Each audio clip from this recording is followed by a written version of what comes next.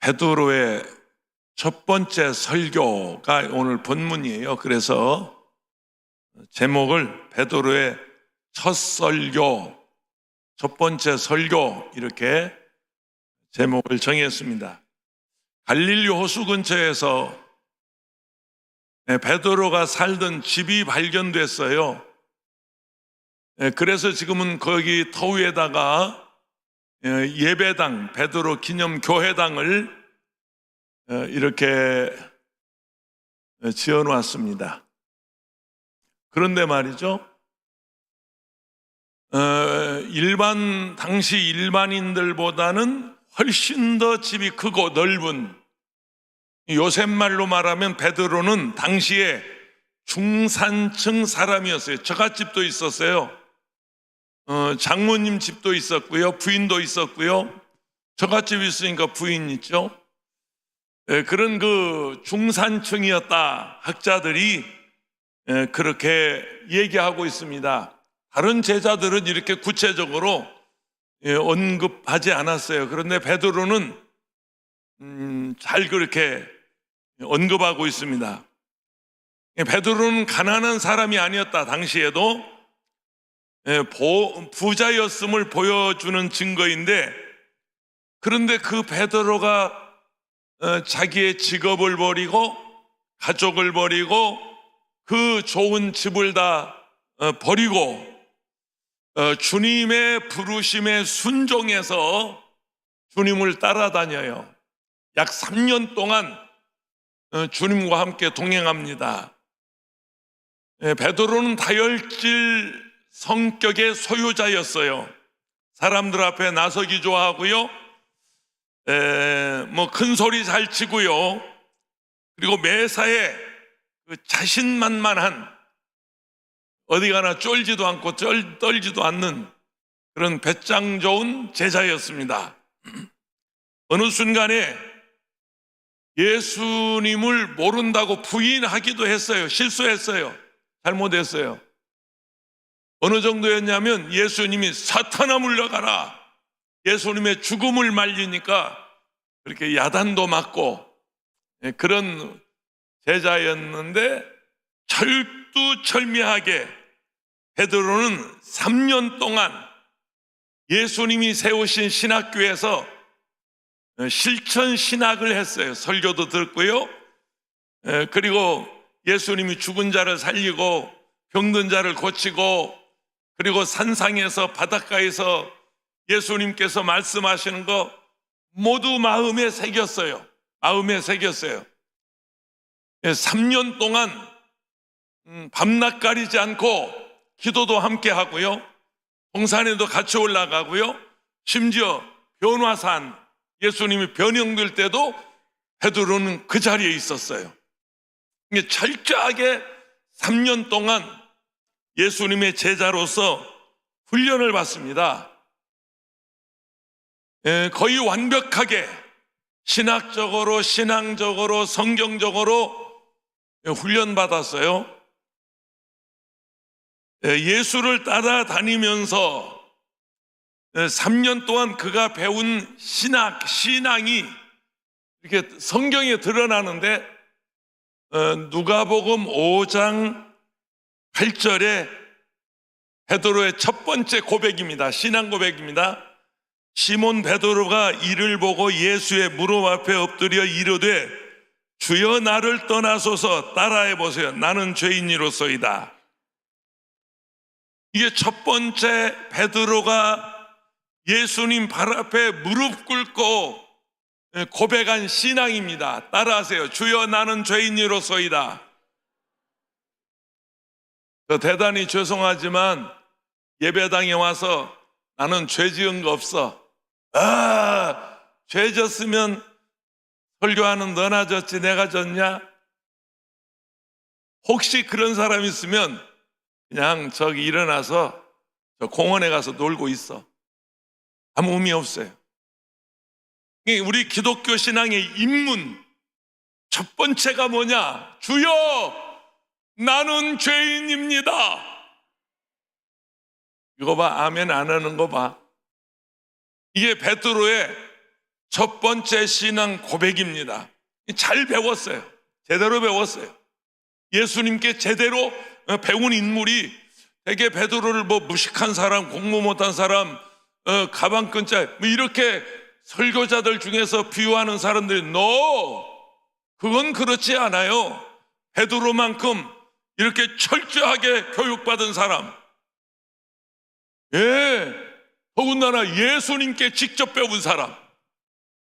이번에 교황이 바뀌었어요. 교황이 미국 출신의 추기경이 교황으로 당첨됐는데 초대 개도릭에서 그렇습니다. 초대 교황이 베드로예요. 아무나 되는 거 아니에요. 두 번째 베드로의 신앙 고백인데 마태복음 16장 16절입니다. 시몬 베드로가 대답하여 이르되 따라하세요. 주는 그리스도시요 살아계신 하나님의 아들이니다. 아멘. 오늘 주는 그리스도시요 살아계신 하나님의 아들입니다. 이렇게 믿어지는 분만 오른손 들고 아멘 해보세요. 이거 안 믿어지면 이거 믿지 못하면 여기 와서 앉아있을 필요 없어요. 여기 지금 목사 설교 들으려고 와서 앉아있어요? 좋은 말 하니까 아니에요. 나 좋은 말 안 해요.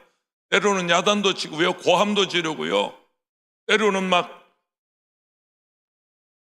그래요. 제가 사나운 사람이에요. 그런데 우리는 이 좋은 날, 정말 오늘 좋은 날, 참 날씨가 좋네요. 이 좋은 날에 원근각처에서 여기 지금 상당히 먼 데서 오신 분들 계세요.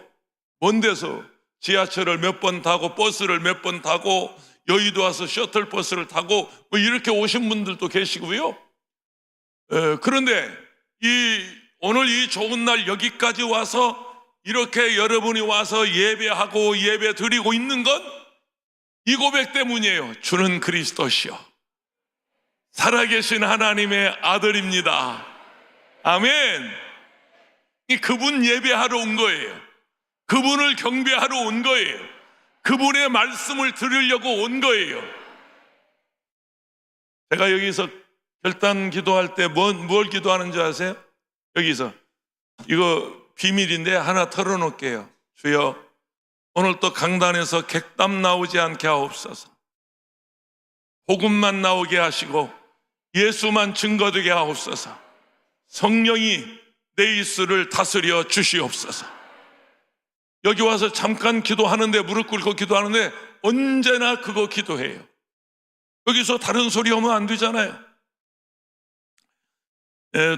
세 번째 베드로의 신앙 고백인데요, 얼마나 성경적이고 신학적이고 철두철미하게 교육을 받았는가. 중산층의 베드로가 모든 것을 버리고 예수님을 따라다니는데 이만한 교육을 받았기 때문에 설교할 자격이 있는 거예요. 베드로의 첫 번째 설교 오늘 함께 나눌 건데요, 요한복음 6장 68절입니다 시몬 베드로가 계속해서 시몬 베드로 5장 누가복음 5장 8절로 시몬 베드로, 마태복음 16장 16절 시몬 베드로, 요한복음 6장 68절도 시몬 베드로가 대답하여 이르되 주여 영생의 말씀이 주께 있사오니, 따라하세요. 주여 영생의 말씀이 주께 있사오니 우리가 누구에게 가오리까? 이 말씀이 무슨 말씀이냐면 예수님께서 예루살렘에 올라가서 이방인에게 능욕을 당하고 죽으실 것을 말씀하셨어요. 부끄러움을 당하고 십자가에서 죽으실 것을 말씀하시자 하고 다 도망가 버렸어요. 틀려먹었네. 한 자리 하면 나는 좌정성 우정성 어디 수문지기 문지기라도 하고 어디 말단 공무원이라도 어디 뭐 좀 한 자리 해볼까 하고 3년을 따라다녔는데 예루살렘에 올라가서 죽으신다고? 더 이상 따를 필요 없어. 다 떠나갔어요. 인산인해를 이루며 빵을 얻어먹고 병을 고치고 또 무리를 걸으시고 물로 포도주를 만들어 그걸 홀짝홀짝 마실 때는 인산미례를 이루며 그야말로 구름대처럼 따라다니는 저 갈릴리 가나와 나사렛, 저 가버나움과 이방 지역에서까지 수많은 사람들이 예수님의 이름을 연호하면서 요즘 대통령 선거 하잖아요. 자기가 지지하는 후보의 이름을 연호하듯이 예수님의 이름을 연호하면서 그 전국에서 예수님을 따라다니는 무리들이 예수님이 죽으실 것을 말씀하시자 다 가버렸어요. 뿔뿔이 흩어졌어요. 그때 12 제자를 앉혀놓고 예수님 하신 말씀이 너희도 갈래? 그랬어요. 너희도 갈래? 얼마나 예수님 그때 물어볼 때 참담했겠어요. 이 친구들이 물고기 얻어먹고 빵을 얻어먹고 포도주를 얻어먹고 병에서 고침받을 때 이렇게 열정적으로 떠나다닌 물이 다 떠나버리자 예수님이 제자들 앉혀놓고 너희도 갈래? 그래요. 너희도 가려느냐? 그때 베드로 손을 번쩍 들고 영생의 말씀이 주님께 있사오니 우리가 누게로 가오리까? 아멘. 이게 베드로의 바른 신앙 고백이에요. 지금 베드로의 설교하기 전에 베드로의 신앙이 바르게 돼 있다. 내가 죄인입니다. 주님은 그리스도입니다. 구세주입니다. 영생의 말씀이 주님께 있습니다. 아주 정확하게 성경 기자들이 달라요. 마태복음, 누가복음, 그리고 요한복음. 성경 기자들이 다른데 어쩜 이렇게 체계적으로 또박또박 말씀하셨어요. 부활하신 다음에 갈릴리에서 만나자, 갈릴리로 가사 거기 가면 나를 만나리라, 나를 배우리라, 주님을 배우리라. 그래서 이제 모두 갈릴리로 가는데 예수님께서 요한복음 21장 17절에 첫 번째, 두 번째, 세 번째 그럽니다. 그러니까 질문 3번 했잖아요. 마지막 3번째만 할게요. 21장 17절에 세 번째 이르시되 요한의 아들 시몬아 내가 나를 사랑하느냐 하시니 주께서 세 번째 내가 나를 사랑하느냐 하심으로 베드로가 근심하여 주님 모든 것을 아시오매 내가 주님을 사랑하는 줄을 주님께서 아시나이다. 따라하세요. 예수께서 이르시되 내 양을 먹여라. 이 지금 왜 이 요한복음 21장은 부활하신 후의 얘기거든요. 부활하신 후에 첫 번째 물었어요. 내가 주님 사랑하는 거 내 양을 먹여라. 내가 주님 사랑하는 거 주님 아시잖아요. 내 양을 쳐라. 세 번째 물으실 때는 베드로가 고민했어요. 고민. 이게 무슨 얘기냐면 너 나를 모른다고 부인했잖아. 너 나 욕하고 저주했잖아. 그래도 나 사랑해? 그 말이에요. 예수님 멀찍이 따라가서 부인했어. 모른다고 저주까지 했어. 예수님이 그러지는 않았을 거예요. 그 점잖은 어른이 뭐 협박하고 욱박지르고 그랬겠어요? 그런데 세 번째 요한의 아들 시몬아 네가 나를 정말로 사랑하느냐? 그 말에 말문이 막혀버렸어요. 막 억장이 무너지는 거예요. 주님이 다 알고 하시는 말씀에 부인한 것도 알고 욕한 것도 알고 잘못 산 것도 알고 성경대로 말씀대로 살지 못한 거 제자답게 살지 못한 거 주님이 다 아시고 물으시는 그 말씀에 억장이 무너지고 가슴이 그냥 말문이 딱 막히는 거예요. 그러니까 주님, 내 잘못한 것도 하시고, 주님 모른다고 부인한 것도 하시고, 내 실수한 것도 하시고, 내 멀찍이 따라간 것도 하시고, 다 하시면서 왜 자꾸 물어보세요? 왜 자꾸 물어보세요? 내가 지난 한 주간도 힘이 없어서, 능력 없어서 내가 어쩌다가 한 잔만이었냐, 2잔, 석 잔이었지. 그런 사람이 있단 말이에요. 우리가 잘못한 거 아시잖아요. 그런데 그래도 내가 주님을 사랑하는 줄 주님 아시잖아요. 할렐루야. 실수했음에도 죄를 지으면서 불의하고 추악하고 냄새나고 버림을 받아야 마땅함에도 불구하고, 그럼에도 불구하고 내가 주님 사랑하는 거 주께서 아시나이다. 그때 예수님이 흡족했어요. 숨기지 않았어요. 거짓말하지 않았어요. 변명하지 않았어요. 베드로의 그 솔직하고 담백한 신앙 고백을 듣고 내 양을 먹여라. 목양권을 위임해 주셨어요. 목양권을 위임해 주셨어요. 이 말씀 때문에 가톨릭에서는 초대 교황으로 베드로를 추앙하고 있습니다. 그랬던 베드로, 그 베드로가 오순절날 성령 받고, 오늘 지금 본문은 그 얘기거든요. 2장 1절부터 오순절날이 이미 이름에 저희가 다 같이 한 곳에 모였더니 호련히 하늘로부터 급하고 강한 바람 같은 소리가 있어 저희 앉은 온 집에 가득하며 불의 혀같이 갈라지는 것이 각 사람 위에 임하여 있더니 저희가 다 성령의 충만함을 받고 성령이 말하게 하심을 따라 다른 언어들로 말하기를 시작하니라. 할렐루야. 오늘 시간도 성령님을 인정하고 환영하고 모셔드리고 의지하면 아멘 하세요. 아멘. 신앙생활은 전적으로 성령에 의해서 돼요.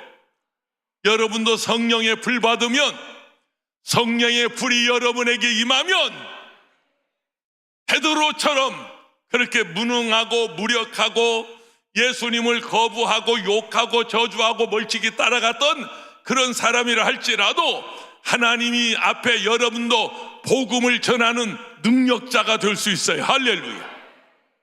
오늘 성령 충만 받고 가시기를 축원합니다.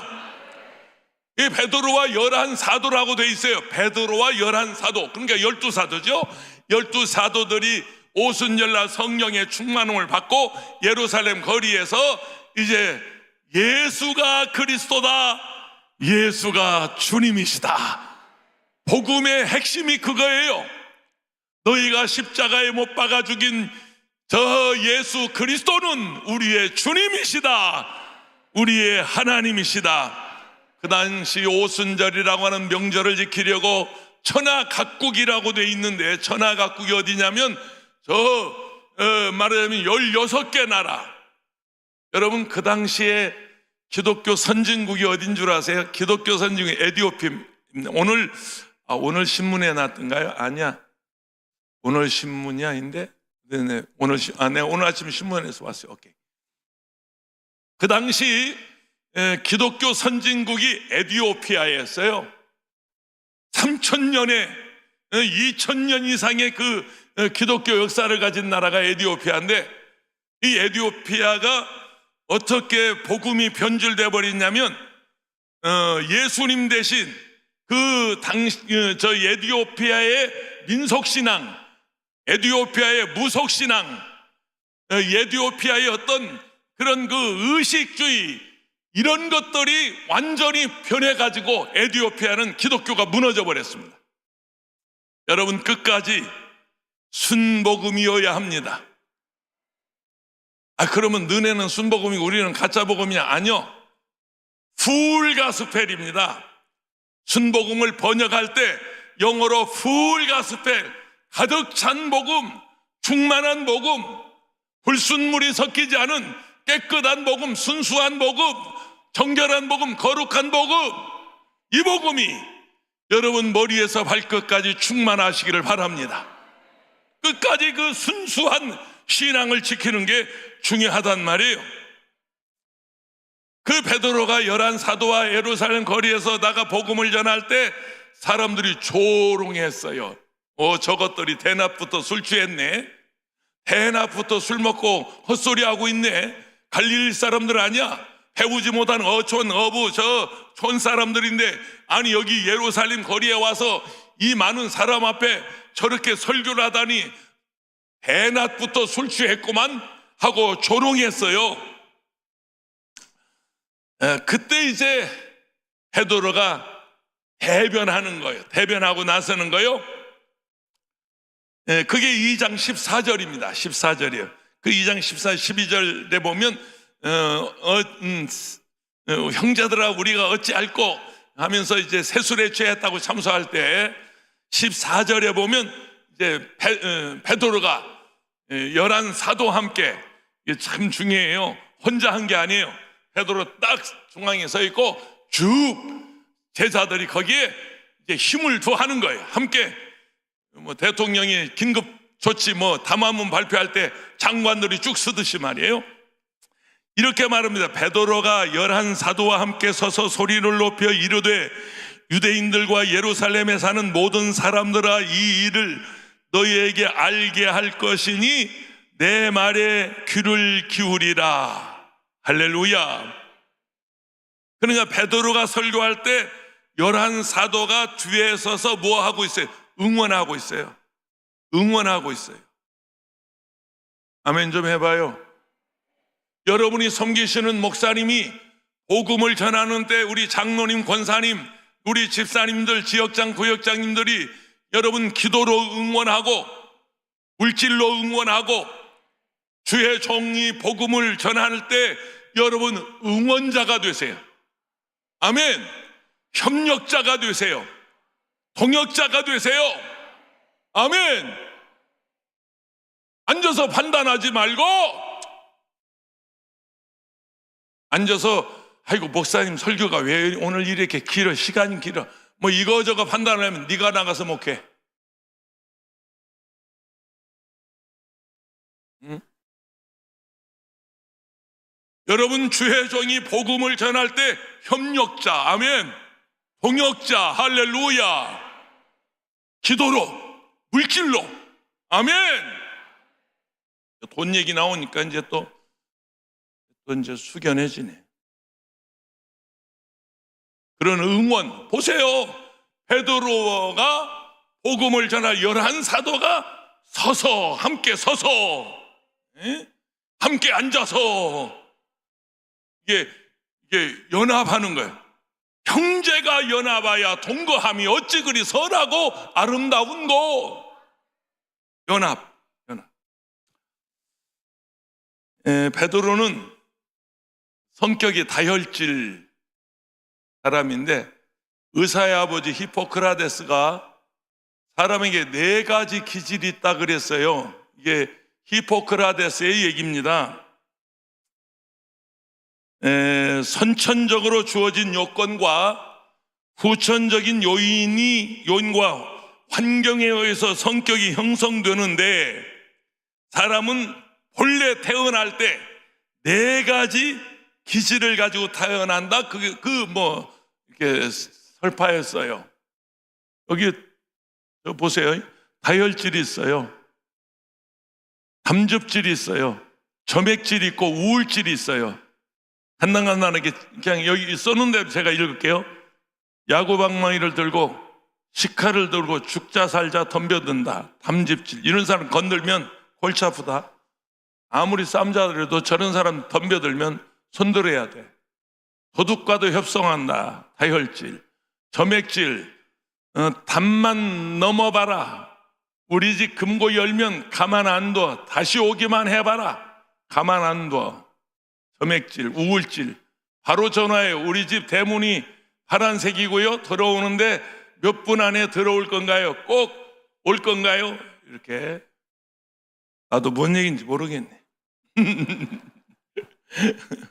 제가 여기 설명해서 왔는데요, 다혈질은 대중적인 기질이에요. 명랑하고 사교적이고 다른 사람 앞에서 말하는 거 좋아하고 인정이 많고 일에 호기심이 많고 감정이 풍부하지만 약점은 의지가 약한, 이게 꼭 누구 같네 이렇게 말하니까 여러분이 지금 기질 나오잖아. 딱 나와. 그 다음에 담즙질이 있는데 이런 사람은 의지가 강하고 독립적이고 모범적이고 무슨 일에든지 열정적이고 성취욕이 강하고 남을 지배하고 논쟁적이며 성급하고 고집이 센 사람, 담즙질.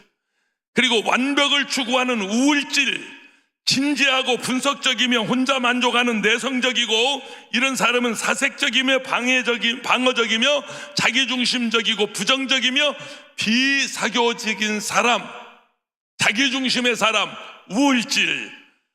네 번째가 점액질인데요, 까다롭지 않아, 부침성이 좋아, 자물성도 많아, 순응적이고 관대하지만 이 사람은 우유부단한 성격. 누구 금방 생각나죠? 이 네 가지 기질 얘기하면 아하, 그래서 그렇구나. 중요한 건 내가 이 기질 얘기하려고 하는 게 아니고, 잘 들으세요. 다혈질이든 담즙질이든 우울질이든 점액질이든 성령 받으면 성령의 기질로 변해버려. 할렐루야. 성령님 인정하시면 아멘 하세요. 환영하고 모셔드리면 아멘 하세요. 성령 받으면 어떤 그런 기질이라 할지라도 그냥 성령의 기질로 변해버려. 내가 어렸을 때 이거 교회 가면서 이거 감춰가지고 다녔어, 부끄러워서. 그런데 성령 받고 나서 이때부터 이걸 끼고 다닌다니까 사람이 확 변해버려. 오늘 성령 충만해서 가기를 축원합니다. 여러분 기질이 변해버려. 여러분의 성격이 변해버려. 사람이 성령으로 개조돼버려. 개조. 할렐루야. 베드로가 성령 받고 오순절날 성령 받고 예루살렘 거리에서, 지금 그 자리가 어떤 자리인데, 천하 각국에서 세상에 뭐 엄청난 오순절 명절 지키려고 엄청난 사람들이 모여들었는데 담대하게 거기서 복음을 전하는 거예요. 이게 성령의 역사입니다. 성령 충만한 역사입니다. 베드로가 열한 사도와 같이 서서 소리 높여 유대인과 예루살렘의 사람들아, 이 일을 너희로 알게 할 것이니 내 말에 귀를 기울여라. 할렐루야. 복음을 전하는데 아주 막 목소리를 크게, 큰 소리로, 찬송할 때도 큰 소리로, 여러분 기도할 때도 큰 소리로 우물우물 하지 말고. 아까 우리 찬양할 때 유성은 목사님 얼마나 목소리가 시원한지 나는 뒤에 가만히 앉아서 은혜가 되더라고. 그냥 그런 목소리로 막 찬양하고 기도하고 그런 목소리로 설교하고. 아멘. 중환자실에 생명유독하는 환자를 두고 점잖하게 앉아서, 여러분 점잖하게 앉아서 작은 소리로 기도할 수 있어요? 여러분 기도원에 와서 굴속에 들어가서 아니면 산상에 올라가서 저 무덤에 가서라도 비석을 붙잡고라도 막 있는 힘을 다해 소리를 질러서 하나님 우리 아무개 구원해 주세요, 치료해 주세요, 낫게 해 주세요. 할렐루야. 소리 질러야죠. 소리 질러야죠. 쥐새끼가 바지 가랭이로 들어왔는데, 오 쥐새끼여 내게서 좀 나가주시옵소서. 내가 경험자요. 저 약수동 달동네 산동네 해병대 산 밑에 살 때 여름에 어쩌다가 쥐새끼가 들어왔네. 그래가지고 불을 켜고 문을 닫고 쥐새끼 잡는다고 이리저리 빗자루 가지고 쫓아다니다가 발 밑에 있어서 콱 밟았더니 잘못 밟아가지고 그게 튀어버렸어. 바지가랑이로 튀었다니까. 아직도 뭔 얘기인지 몰라. 새벽에 막 잠자다가 막 소리를 다 짓는데 이웃집까지, 우리 고모네 집에서 고모네가 막 이웃집까지 놀래가지고 무슨 일 난 줄 알고 쫓아왔더라고. 쥐새끼가 들어왔는데 조용조용해? 도둑놈 들어왔는데 조용조용히 할 사람 누가 있어요? 큰 소리로. 아멘. 기도할 때도 큰 소리로, 전도할 때도 큰 소리로. 할렐루야. 예루살렘에 모인 사람들아, 내 말을 들어라.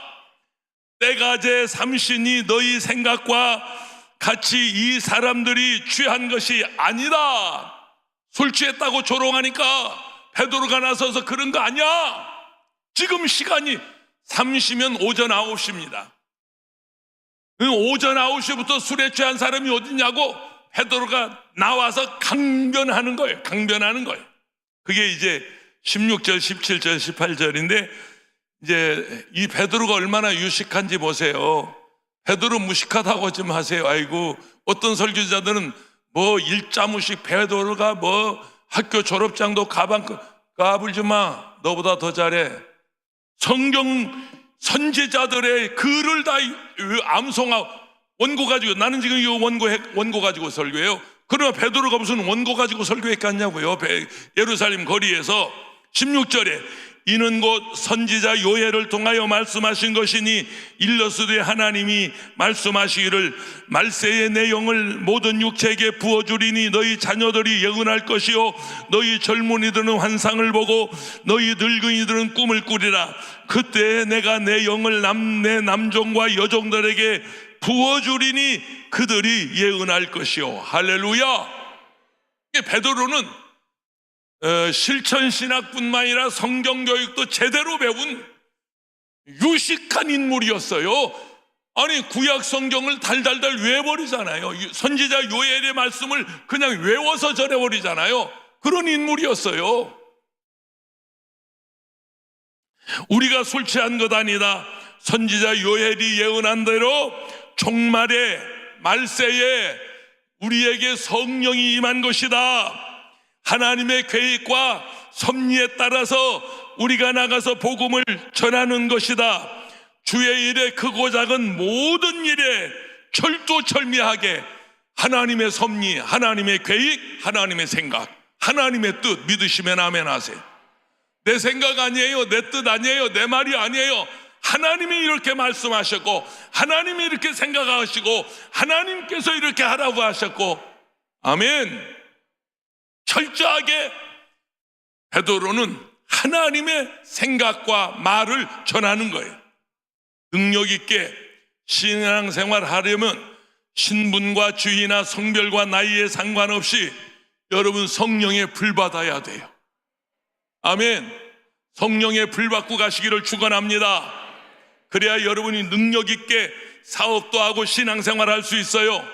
사람 의지하지 말고 성령님 의지하세요.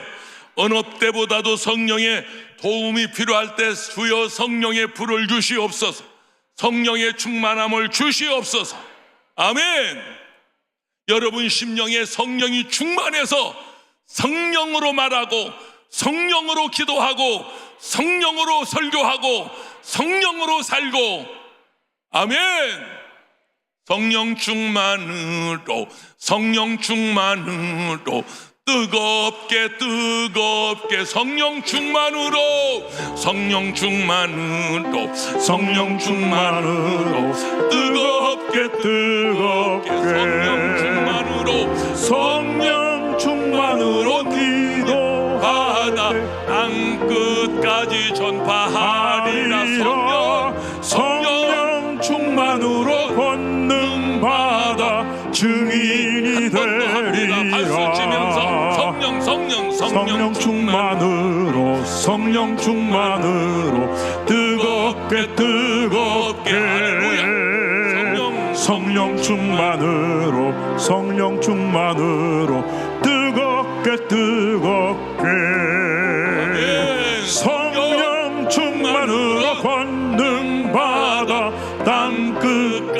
전파하리라. 성령 충만으로 권능받아 증인이 되리라. 아멘. 할렐루야.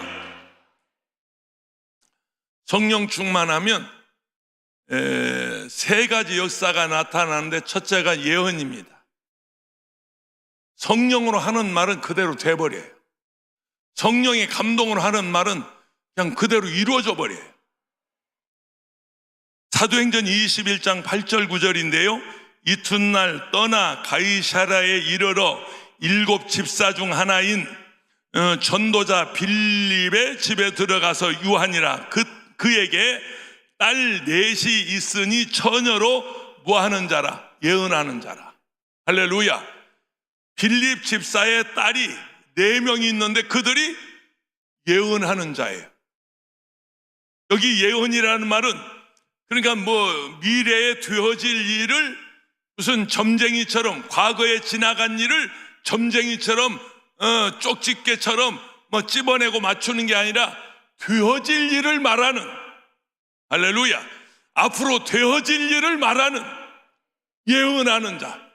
물론 이 예언의 말씀을 증거하는 것도 예언자예요. 근데 빌립에게 딸이 넷이 있는데 그들이 예언자였다. 구약의 선지자는 예언자입니다. 라비, 예언자입니다. 성령의 감동으로 하는 말은 그냥 그대로 돼버려요. 기도하다가 성령의 감동이 오면 선포해버려요. 그러면 그대로 돼버려요.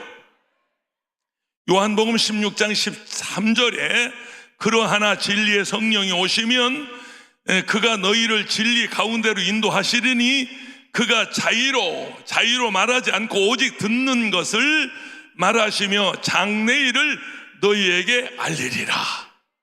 성령의 감동으로 장래 되어질 일을 그대로 말해버려요. 경부 고속도로를 타고 저 수원 쪽으로 내려가다 보면 우측에 큰 예배당 하나가 보여요. 분당 남서울교회가 보이는데 거기 담임 목사가 최요한 목사, 저의 친구입니다. 오래전 정확하게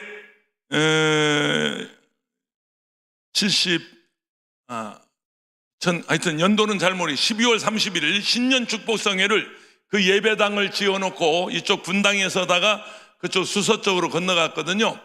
예배당을 지어놓고 연말 연시가 됐는데 나더러 신년 축복성회 연말 연시 성회해달라고 그래서 12월 31일부터 1월 2일까지 3일 동안 이제 그 교회에서 부흥회를 인도했어요. 마지막 날 1월 2일 날 설교하고 이제 목사님 사무실에 앉아서 다과하고 있는데, 차를 마시고 있는데 키가 커다란 놈이 성큼성큼 들어오더니 들어오니까 내 친구 최요한 목사인데, 최 목사가 김 목사, 우리 아들이야. 저놈 기도 좀 해줘. 올해 대학을 가야 돼. 지금 고3인데 대학을 가야 돼. 12월 31일이니까 지금 원서 접수하는 그런 시기예요. 대학을 가야 돼. 그래서 어느 대학 갈래? 물어봤어요. 그랬더니 의과대학 간대요. 의사 된대요. 그래서 의과대학 간다고 그래서 공부를 좀 하는 줄 알고, 그놈이 그렇게 공부 못하는 놈인 줄 알면 그렇게 내가 기도 안 해.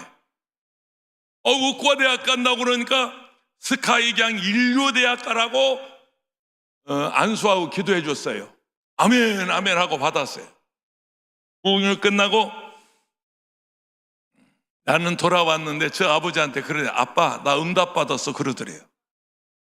너 응답, 무슨 응답을 그렇게 쉽게 받냐 그랬더니, 아니 아까 목사님, 강사 목사님 기도해 주시는데 눈물이 나왔어. 안수 받으면 눈물 나오면 그건 응답이야. 응답 받았어. 그래, 응답을 어떻게 받았냐 그랬더니 연세대학교 의과대학에 원서 접수하라는 응답을 받았다는 거야. 연대의대에, 연세대학교 의과 세브란스에.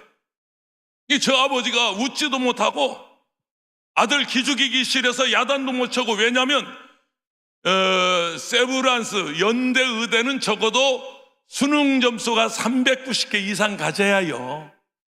최고의 의과대학이야. 근데 이놈이 몇 개 받았냐면 256개. 아니 그걸 가지고 연대 의과대학을 넣는다고 그러니까 저 아버지가 웃지도 못하고 그러냐고, 그렇게 응답받았냐고. 나 받았다고. 그러면 거기도 원서를 넣고 지방 대학에도 원서를 넣어라. 아버지가 아들을 달랬는데 이놈이 역정을 내면서 아버지 목사 맞아? 아니 응답받았으면 넣어버리는 거지 뭘 또 지방에는 왜 넣어? 왜 하나님 의심해?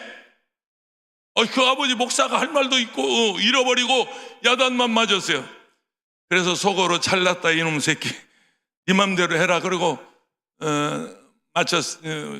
1월 2일 날 원서 접수하는 날이야.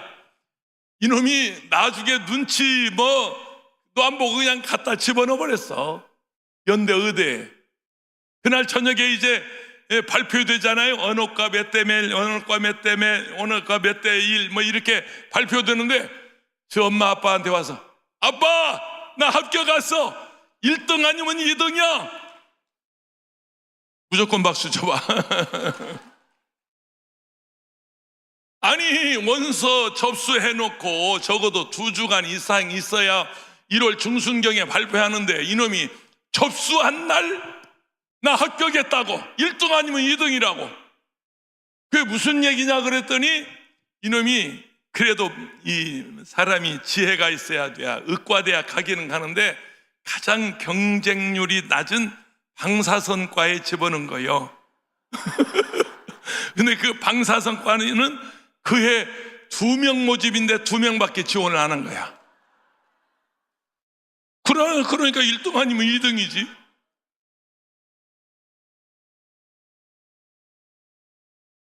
그 아들을 그 학교 기어이 보냈는데요. 그 사정회의, 아니 256개짜리를 어떻게 의과대 합격시키냐. 사정회의를 하는데 그 아버지 목사님을 최요한 목사를 불렀어요. 불러서 이게 도저히 2명 모집에 2명 지원해서 우리가 합격을 안 시킬 수 없는데 이게 도무지 이거 소문내면 안 됩니다. 그 대신 목사님 학교 발전 기금 좀 내세요. 이제 별 얘기 다 하네. 오래전 얘기니까. 그래서 기어이 세브란스 합격해서요 의과대학 졸업하고요 훌러에 가서 박사 돼가지고요 저 아버지 교회 후임 목사가 됐습니다. 할렐루야. 부흥회하고 왔는데 조한 목사 나한테 전화 와서 김 목사 나 김 목사한테 점심 살 일 있어. 뭐냐 그랬더니 그 얘기하는 거예요. 여러분 성령의 감동으로 하는 말은 그대로 돼버려요. 입술의 발언을 성령께서 책임져 주세요. 성령 하나님이 책임져 주세요. 믿습니까? 사도행전 11장 28절에 그 중에 아가보라 하는 한 사람이 일어나 성령으로 말하되, 따라하세요. 성령으로 말하되. 이게 성령의 감동으로 말하는 거예요. 천하가 크게 흉년들리라 하더니 글라우디오 로마 황제를 말합니다. 로마 황제 때 그렇게 되니라. 그 다음에 성령 충만하면 환상을 봐요. 젊은이들 환상을 보여요. 여러분 젊은이 좋은 이유가 무엇입니까? 젊음은 꿈이 있고 환상이 있고 미래가 있고. 할렐루야. 성령이 임하시면 여러분의 미래를 꿈꿀 수 있어요. 미래를 그림 그릴 수 있어요. 화폭에다가 여러분이 원하는 그림을 여러분 마음대로 그릴. 누가 무슨 얘기 하잖아요. 여러분의 미래. 지금 힘들고 어려워도 내가 앞으로 대학을 졸업하고 내가 직장을 다니면서 내가 내 인생을 이렇게 찬란하게 여러분의 미래를 그려볼 수 있어요. 지금은 가난하고 별 볼 일 없어도 미래 환상이 있고 여러분 꿈이 있는 사람들, 여러분 그런 사람들에게 비전이 있어요. 여러분 세상에 생애에 가장 가치가 있고 여러분 보람이 있는 여러분 그런 그 미래에 대한 꿈을 꾸세요. 할렐루야. 미래에 대한 환상을 가지세요. 젊을 때 여러분 예수 그리스도에게 여러분의 인생을 걸어보세요. 여러분 시간을 투자해보세요. 거기에 여러분 재능을 투자해보세요. 아멘. 아침에 6시에 집에서, 주일날 토요일은 집에 가서 자고 이제 새벽 6시에 이제 집에서 나오는데, 그 시간에 본교회 중등부 교사 제 손주를 지하철역까지 태워다 주고 내려주고 나는 이제 기도원 오는데, 아침에 할아버지 5만 원만 더 줘. 왜 그러냐 그랬더니 자기 지금 걔가 무슨 과지 거기가 음악 무슨 음악과인데 무슨 음악이지? 하여튼 어디 다녀요. 백석대학교 실용음악과.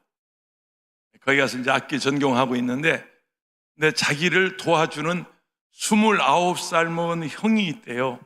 근데 자기 공연하는데, 자기 연주하는데 늘 도와주니까 밥을 사줘야 된대. 꼭 저 할아버지 닮았어. 그래서 오늘 밥값을 주고 왔는데, 여러분 젊을 때, 아직 여러분은 나이가 있잖아요. 젊잖아요. 비전 있잖아요. 꿈이 있잖아요. 미래가 있잖아요. 지금부터 움켜주려고 하지 말고, 지금부터 막 움켜주려고 하지 말고, 우리 손녀가 와서 앉아 있어서 가만 이게 말아 이거죠. 이제 집에 가서 할아버지도 그 말했다고 혼날 것 같아서. 쟤는 CCC 동아리 순장이야. 금요 철야 마치고 애들 꼭 간식을 사주네. 뭘 가지고? 할카 가지고. 자기들이 할카를 써봤어야 알지. 할카가 뭔 줄 알아? 할아버지 카드.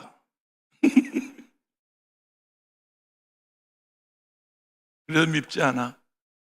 그래도 야단치고 싶지 않아. 젊을 때 비전이 있잖아. 꿈이 있잖아. 이게 인생 다 아니잖아. 학교 졸업하고 나서 어떻게 될지 모르는데. 여러분, 투자하세요. 예수님께 투자하세요. 시간을 투자하세요. 물질을 투자하세요. 여러분의 미래의 그림을 찬란하게 그려보세요. 여러분 환상을 가지세요. 꿈을 꾸세요. 여기서 인생 끝나는 거 아니에요. 아멘. 예수님께 여러분의 삶을 걸어도 괜찮아요. 그분에게 인생을 걸어도 괜찮아요. 아멘. 할렐루야. 요셉을 보세요. 아니, 요셉이 형들에게 미움을 받아서 애굽에 종으로 팔려가서 노예시장 전전하다가 어느 집에 들어가서 세상에 얼마나 많은 유혹이 있었고 얼마나 많은 고난이 있었어요. 그러나 그의 삶이 그 가족을 구원하는 애굽의 국무총리가 되잖아요. 할렐루야. 꿈을 꾸세요. 환상을 보세요. 성령께서 주시는 환상은 그대로 돼버려요. 여러분 미래 그대로 돼버려요. 할렐루야.